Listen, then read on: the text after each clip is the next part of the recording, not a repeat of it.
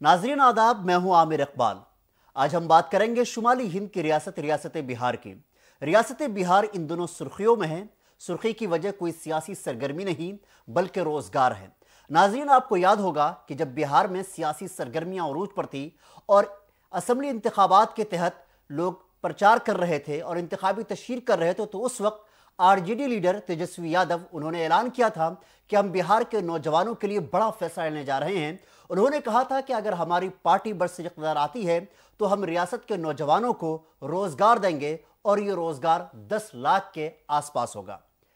अगर हम इस एक महीने के अंदर की बात करें तो इस एक महीने के अंदर बिहार में काफी उथल पुथल मची हुई है। अगर हम परसों तरसों 2 नवंबर की बात करें तो 2 नवंबर की तारीख बिहार की सियासत में और बिहार के शोबे तालीम में एक अहम और तारीखी दिन करार दिया जा रहा है, क्योंकि 2 नवंबर 2023 को बिहार के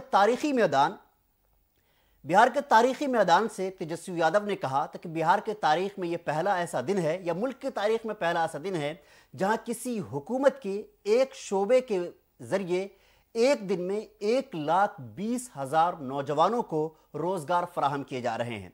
उन्होंने उस प्लेटफॉर्म से यह भी ऐलान किया था कि यह सिर्फ पहला मरहला है, दूसरे मरहले का आगाज भी जल्द ही होने जा रहा है और उसकी सरगर्मियां भी शुरू हो गई हैं। इन्हीं तमाम तर मुद्दों पर हमारे साथ बात करने के लिए मारूफ सहाफ़ी रहमतुल्लाह करीम हमारे साथ हैं। आइए हम उनसे जानते हैं कि इनके रोजगार के पहलू क्या हैं और इसमें आरजेडी और जेडीयू के जो सियासी मुखालिफिन हैं उनकी जानिब से क्या क्या इल्जामात लगाए जा रहे हैं और इनसे मुतालिक मुख्तलिफ पहलुओं पर हम गुफ्तगू करेंगे। रहमत करीम साहब, सबसे पहले आपका इस्तकबाल है। हम ये जानना चाहेंगे कि तेजस्वी यादव जब वो इंतखाबी तशहीर कर रहे थे तो उस वक्त उन्होंने कहा था कि हम बिहार के नौजवानों को रोजगार देंगे और वो रोजगार का जो आंकड़ा था, जो एदाद शुमार था, वो 10 लाख के आसपास था। 2 नवंबर को, जब आपको याद होगा कि उन्होंने बिहार के तारीखी मैदान गांधी मैदान से ये कहा था कि बिहार में मुल्क की तारीख में ये पहली ऐसी रियासत है जिन्होंने एक दिन में 1,20,000 रोजगार दिए हैं। क्या आप इनको सियासी पैंतरा मार रहे हैं या वाकई तेजस्वी यादव अपने उन वादों पर अमल पैरा होते हुए रोजगार की तरफ कोई कदम उठा रहे हैं? क्या कहेंगे आप? जी देखिए, पिछले अगर 10-20 सालों में देखें तो हिंदुस्तान की सियासत में बहुत सारी खामियां ज़रूर आई हैं, लेकिन एक अच्छी चीज़ ये आई है कि जो इंतखाबी मुहिम के दौरान पार्टियां वादा करती हैं उनमें से कुछ वादे ऐसे होते हैं जिनको पूरा करने में पार्टियां बहुत ही ज़्यादा मुतहरिक और सरगर्म रहती हैं। ये तमाम पार्टियों की, जहाँ जहाँ हुकूमत चाहे रियासी सतह पर हो या मरकज़ी सतह पे हो, हमने ये चीज़ें देखी हो, वह चाहे बीजेपी हो, कांग्रेस हो या फिर आरजेडी जेडीयू की सरकार हो। इन तमाम पार्टियों को अगर देखें पिछले 10-15 सालों में, तो इन्होंने अपने इंतखाबी मंशूर में जो कुछ दर्ज किया था, उन्होंने मोटी मोटी बातें जो थी, जो मोटे मोटे जो बड़े बड़े वादे थे, उनको पूरा करने की हत्तल इम्कान कोशिशें की हैं और वो कामयाब भी रहे। तेजस्वी यादव जाने गए या उनके तई अवाम की या नौजवानों की खासतौर पर दीवानगी जो हमने उस इंतखाबी मुहिम के दौरान देखी थी, वो इसीलिए देखी थी कि उन्होंने नौजवानों को, बिहार के नौजवानों को जिनको रोजगार सबसे पहले चाहिए था और वो उसके लिए बेचैन थे, उन्होंने एक उम्मीद की किरण दिखाई थी। तादाद बड़ी थी, 10 लाख के आसपास उन्होंने जो वादा किया था कि 10 लाख हम नौकरियां देंगे, सरकारी नौकरी, तो उन्होंने जो वादा किया था, ये वादा अब तक का सबसे बड़ा वादा उनका है।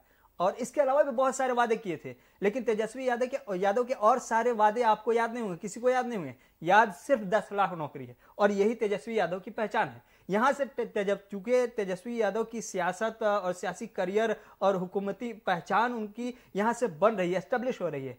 अगर ये मुस्बत ज़ाविये से या मुस्बत रंग में रंग करके तस्वीर उनकी बनती है कि एक ऐसा रहनुमा, एक ऐसा नौजवान लीडर जो वादा करता है वो पूरा करता है, नौजवानों के तई बहुत ही मुखलिस है, वो ईमानदार है, काम करने वाला है, अगर ये तस्वीर बनती है तो तेजस्वी यादव का मुस्तकबिल रोशन है। किसी भी हवाले से करियर है, उनका सियासी करियर हो या हुकूमती करियर हो, ये सब के सब रोशन है। तेजस्वी यादव का वादा जो था 10 लाख का, इस वादे के पीछे एक बड़ी हिकमत अमली थी और स्ट्रेटेजी थी। स्ट्रेटेजी यही थी कि जब जरूरत जिस चीज की है उसी वक्त वो दी जाए। इस वक्त जो बिहार में जरूरत थी, नौकरी की जरूरत थी, और एक दिन में अगर 1,20,000 रोजगार बांटे जा रहे हैं, सरकारी नौकरियां बांटी जा रही हैं, तो ये हिंदुस्तान की तारीख में अपने आप में अनोखा कदम है और एक तारीखी है।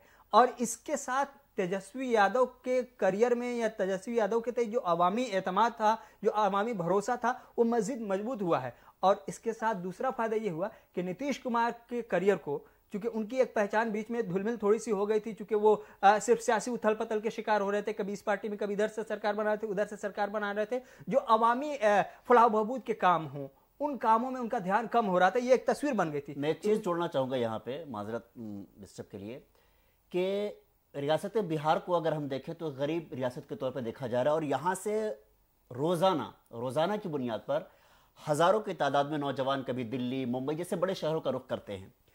आपको क्या लगता है कि एक दिन में 1,20,000 लोगों के दरमियान तकर्रुरी नामे तकसीम किए जा चुके हैं, और जो मतलब असाजा से मुतालिक जो दूसरा मरहला है उसका नोटिफिकेशन भी आ गया है, और हो सकता है कि दिसंबर में उनका एग्ज़ाम हो जाए और जनवरी फरवरी में उनको तकरीबन तकसीम किए जाए।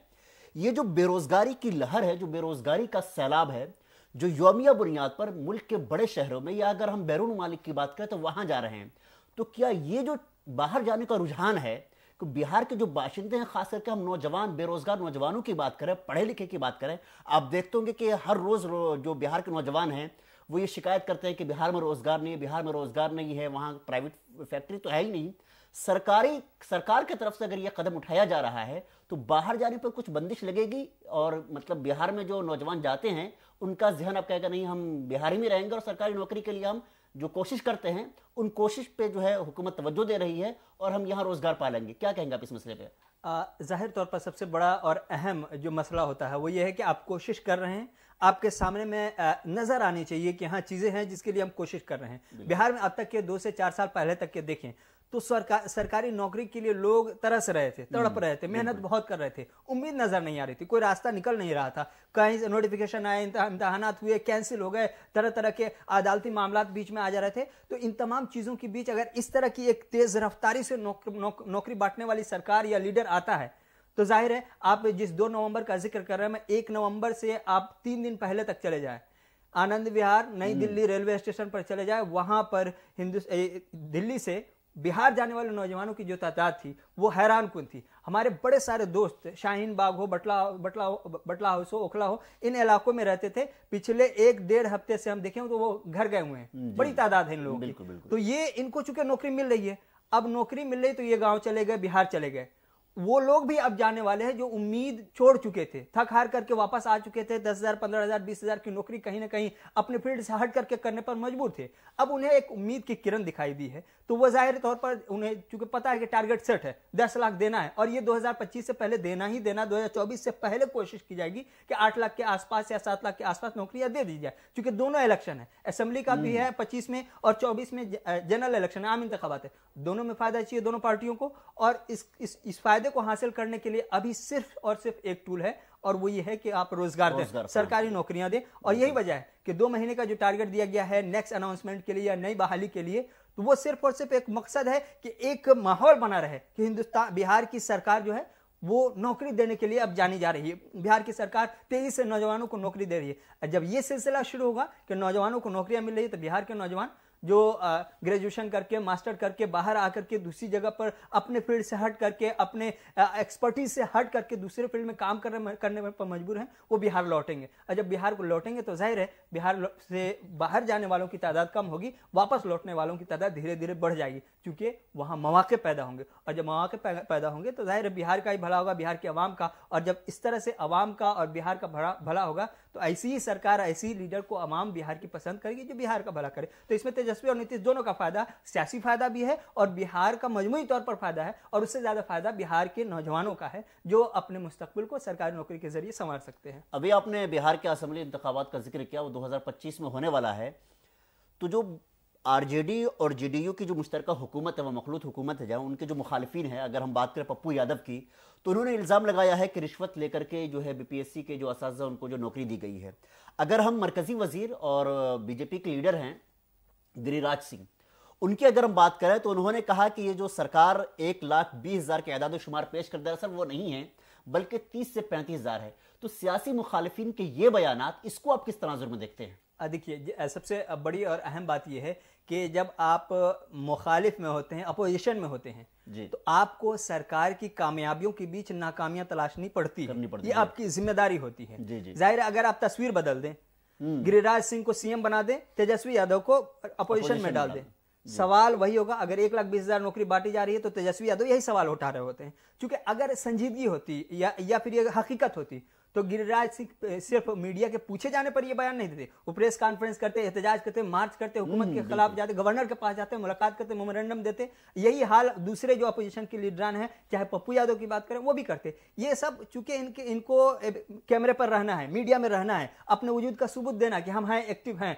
सरकार अगर काम कर रही है तो उस पर चाहे वो गलत हो या सही हो अपनी जिम्मेदारी निभानी है। सही है फिर भी आपको उंगली करनी है, गलत है तो जबरदस्त अंदाज में उंगली करनी है। तो ये अपोजिशन की जिम्मेदारी, और वही गिरिराज सिंह हो या पप्पू यादव हो, ये सब अपना काम करें। क्योंकि इसमें अगर बहुत ज्यादा दम होता तो ये अभी तक सड़कों पर होते और मोर्चा खोल चुके होते। दम नहीं है, ये एक इल्जाम है और अपोजिशन अपना काम कर रही है। नाज़रीन, ये थे मारूफ साफ़ी रहमतुल्लाह साहब, जो बिहार रोजगार से मुतल्लिक मुख्तलिफ पहलुओं पर अपने तजुर्बे से और मुख्तलिफ शानदार तज्जिया कर रहे थे।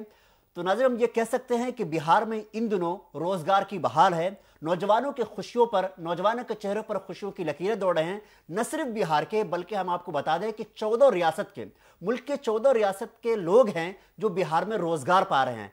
हालांकि पहले एक कॉन्सेप्ट ये था, पहले जो मंजरनामा ये था कि बिहार के लोग बाहर में रोजगार पा रहे हैं, लेकिन एक छोटी सी उम्मीद ही सही, छोटी सी पाली सही, मुल्क के 14 रियासतों के खासकर खवातीन की बात करें तो बैरून रियासत की खवातीन वहां रोजगार पा रही हैं। तो ये था आज का हमारा मुद्दा कि बिहार की सरकार जो रोजगार के मामले में पहल कर रही है, खासकर शोबे तालीम में, ये बिहारियों के लिए या बिहार के जो नौजवान जो पढ़े लिखे हैं उनके लिए ये उम्मीद की सुबह है। और हम उम्मीद करते हैं न सिर्फ बिहार में बल्कि मुल्क की जो 28 रियासतें हैं वहां की हुकूमतों भी रोजगार के मामले में तवज्जो देगी और बेरोजगार नौजवानों को रोजगार फराहम करेगी। इंशाअल्लाह हम फिर आपके साथ किसी नए मौजू के साथ फिर आपसे मुलाकात होगी। तब तक के लिए आदाब।